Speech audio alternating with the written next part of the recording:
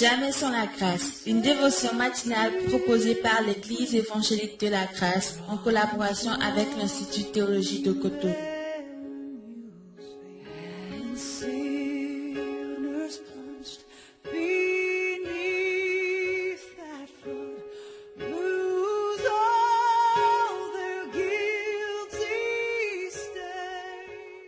Bonjour chers amis, chers internautes, nouvelle journée, bienvenue dans cette dernière dévotion de cette semaine. Nous voulons aussi rappeler encore une fois notre rencontre de la semaine prochaine avec tous nos auditeurs et auditrices de Lomé et de ses environs. Merci de nous faire signe si vous voulez être là, en tout cas juste pour confirmer votre présence, pour qu'on sache à quoi s'attendre et que Dieu vous bénisse vraiment.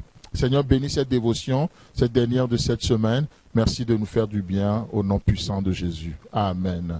Alors nous allons juste reprendre un peu le verset qu'on a vu hier, Esther chapitre 8, le verset 8. Écrivez donc en faveur des Juifs comme il vous plaira, au nom du roi, et scellez avec l'anneau du roi, car une lettre écrite au nom du roi et scellée avec l'anneau du roi ne peut être révoquée. Amen. Je ne sais pas si vous l'avez remarqué, mais dans ce seul verset 8, il nous est mentionné le roi 4 fois. 4 fois. Au nom du roi, l'anneau du roi, le nom du roi et l'anneau du roi. 4 fois nous avons la mention du roi. Oh, j'aimerais juste vous parler, vous demander une chose ce matin. Mais qui vous parle ce matin? Quelle voix vous écoutez? La voix du roi ou la voix de ce monde? On a besoin d'entendre ce que le roi nous dit, n'est-ce pas? Les dits du roi. 4 fois il est mentionné le roi, le nom du roi, au nom du roi. Vous savez, c'est vraiment merveilleux. Et en son nom, justement, au nom du roi, nous pouvons tellement de choses. N'est-ce pas ce que Paul nous dit dans Philippiens 4, le verset 13? Je puis tout par celui qui me fortifie. Je puis tout par ce nom merveilleux. Et en ce nom, les âmes sont sauvées. En ce nom, les aveugles voient. En ce nom, les cœurs brisés sont restaurés et les vies sont comblées. En ce nom, nous avons un nom, le nom du roi. Et la Bible nous dit qu'aux hommes, il n'a pas été donné un autre nom par lequel nous pouvons être sauvés, excepté le nom de Jésus-Christ.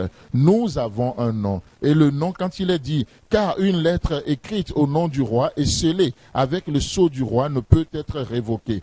Qu'est-ce que ça veut dire? Vous savez, quand on parle du nom de quelqu'un, le nom d'une personne nous parle de son caractère. Le nom d'une personne nous parle de sa nature. Et l'anneau de Dieu, en tout cas l'anneau parle de l'autorité royale. Il est intéressant de voir que la nature du roi est en accord avec son autorité.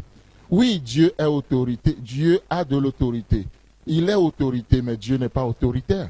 C'est beau de voir l'autorité de Dieu exercée en harmonie, en accord avec sa nature. Mais combien d'autorités aujourd'hui ne reflètent pas la nature de Dieu? Chers amis, chers internautes, vous nous écoutez. Peut-être vous êtes élevés en dignité, vous êtes un leader dans votre famille, peut-être vous êtes un père de famille.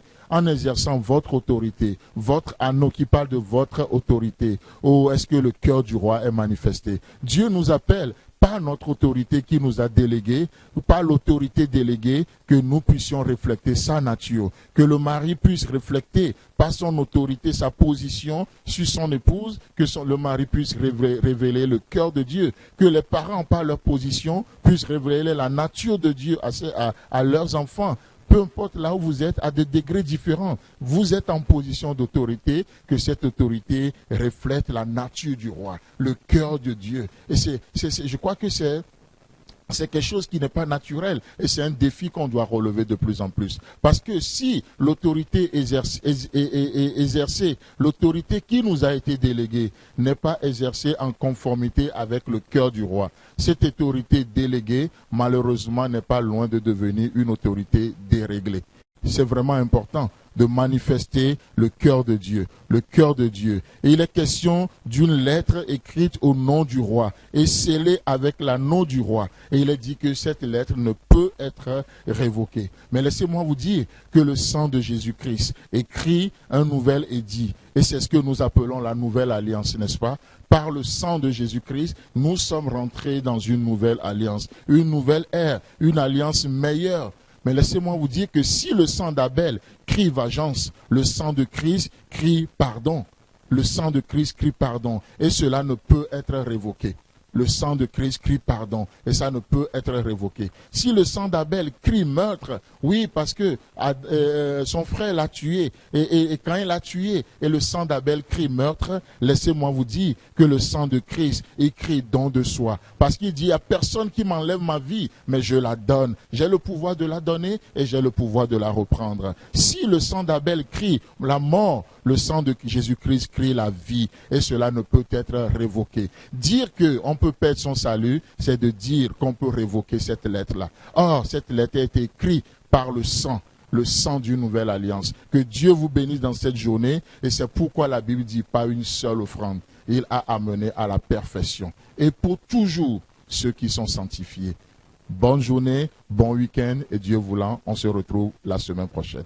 C'est tout le temps que nous avons. Si vous avez aimé cette dévotion, parlez-en à vos amis. Parlez-leur du message de la grâce et de ce qu'il fait en vous. Pour un sujet de prière, une question ou plus d'informations, contactez-nous. Téléphone 64 88 35 87 ou 96 42 69 05 ou par WhatsApp au 94 75 81.